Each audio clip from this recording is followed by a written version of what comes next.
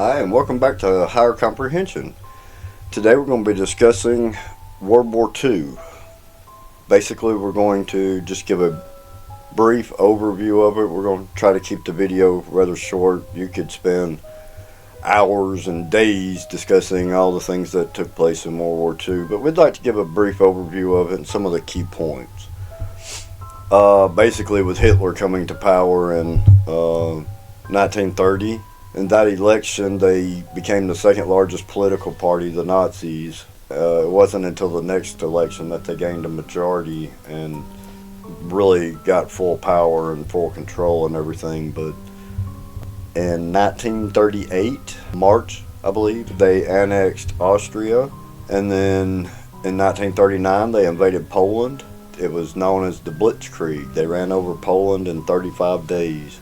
They took the Netherlands in 5 days and France in 6 weeks or so. And what came out in later years was that they had invented what we know today as crystal methamphetamine. They called it Pervitin, and it enabled them to move faster and quicker than the Allies thought was possible.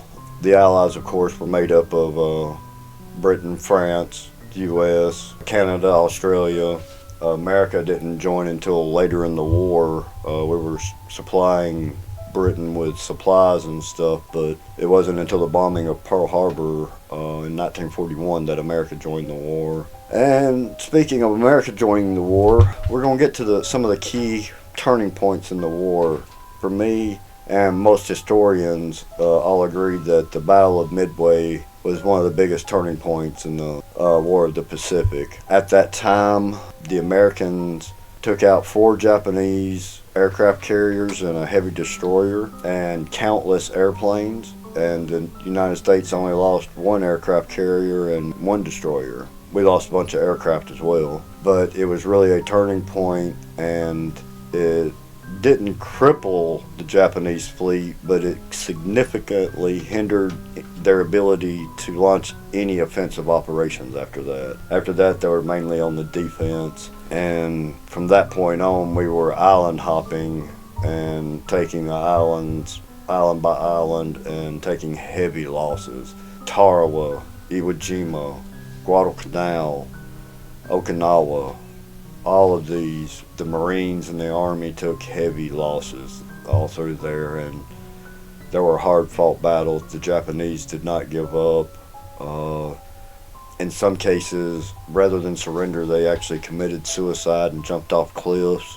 They just didn't know the meaning of the term surrender, and they fought until the last. You know, they were very hard-fought battles. But on the other side of the world, you had the Battle of Stalingrad, which was a significant turning point for the battle on the Eastern Front. Hitler was determined to take Stalingrad, and the Russians had dug in, and if Hitler had just bypassed Stalingrad, it might have worked out completely differently for him, but with him dead set on taking Stalingrad, it just ground the war to a halt, and winter set in, and nobody can win a war against the Russians in Russia in the winter. The Russians are the only people that can survive winter there. History, if it has taught us nothing else, is that only the Russians can live in Russia in the winter, and Napoleon got his butt kicked there, you know, Hitler got his butt kicked there, and so have many others. Only the Russians can be in Russia. They are a very hardy people, but that was a very significant turning point in the Eastern Front of the war. And to me, the Battle of Britain, what became known as the Battle of Britain, and the British people's ability to hold out against all the bombers and the V-1 and V-2 rockets that were being dropped on London and the other cities at the time, was very significant. If Britain had fallen to the Germans and the Allies had lost that ally, it would have changed D-Day completely. It may have changed the outcome of the war. You know, it would have been a lot harder to take Normandy, the beach in Normandy in France, where we invaded and got the foothold to get our army in, and you know, to eventually to roll up and meet the Russians in Germany. But you know, at the same time, we were taking ground in the Pacific Islands and island hopping, and eventually the war came to an end with us dropping not one but two atomic bombs on Nagasaki and Hiroshima, and they didn't surrender after the first one. We had to drop the second one before they surrendered, and it's atrocious, nuclear weapons. I can't deny that it saved countless American lives and Japanese lives, not having to take mainland Japan. Probably millions of people would have died, and but the radiation and the nuclear fallout and stuff from that. I didn't think about this before, but I watched a documentary on, it was in Japanese. It was on a Japanese man who was there when the first bomb dropped and ended up traveling to the other city, which is where he was actually from, and lived through both bombs.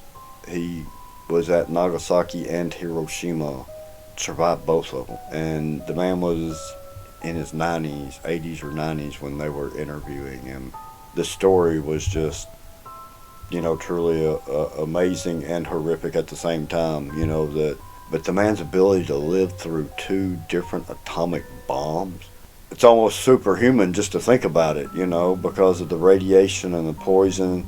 Obviously, he was far enough away that he wasn't incinerated in the initial blast, but still, he should have never survived the radiation of not one but two of them. It's just truly amazing.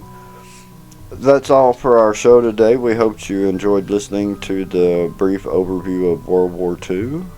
If you enjoyed the video, like and subscribe, and check out the next one.